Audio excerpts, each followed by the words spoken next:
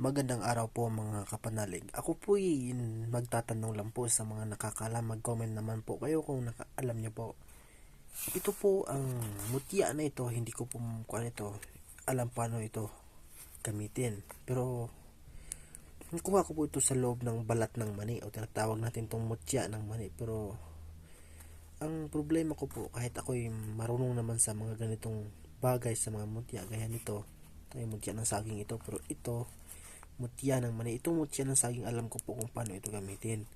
Pero itong mutya ng mani, ito bato ito, pero laman ito, yung binuksan ko yung mani, yung buto ng mani, ito yung laman niya, bato talaga na siya. Tingnan niyo po yung forma niya, para taga siyang mani.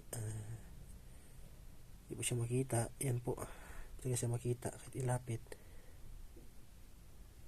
Ayaw po talaga, pero mukhaan po yan, mutya ng mani yan. Pero ang problema po, hindi ko po alam kung paano ito gamitin o para saan po ito.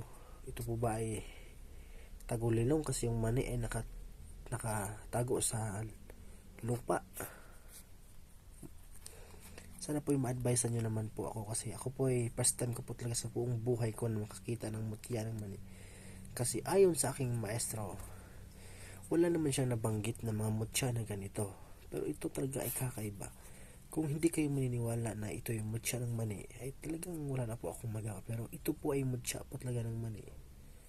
Ayaw lang po talaga niyang pagkita. Tingnan niyo naman po yung forma niya, para talaga siyang mani.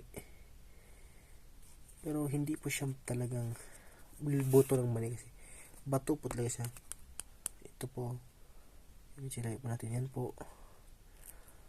Sana po ay pero hindi ko po kasi alam paano gamitin ito. Talagang lumalabo. Di kaya nito pag ilapit mo, hindi lumalabo. Pero ito lumalabo eh. Yan po, ayan po. Sana po makatulong po ang video na ito para malaman ko po kung para saan ito. Kasi first time ko po talaga sa buong buhay ko, mula pa nung unang nag-aral ako ng lihim na karunungan na matagal-tagal na rin po. Pero ang paggamit ng mutsyang mani ito ay di ko po alam. Sana po yung matulungan niyo po ako, and good day.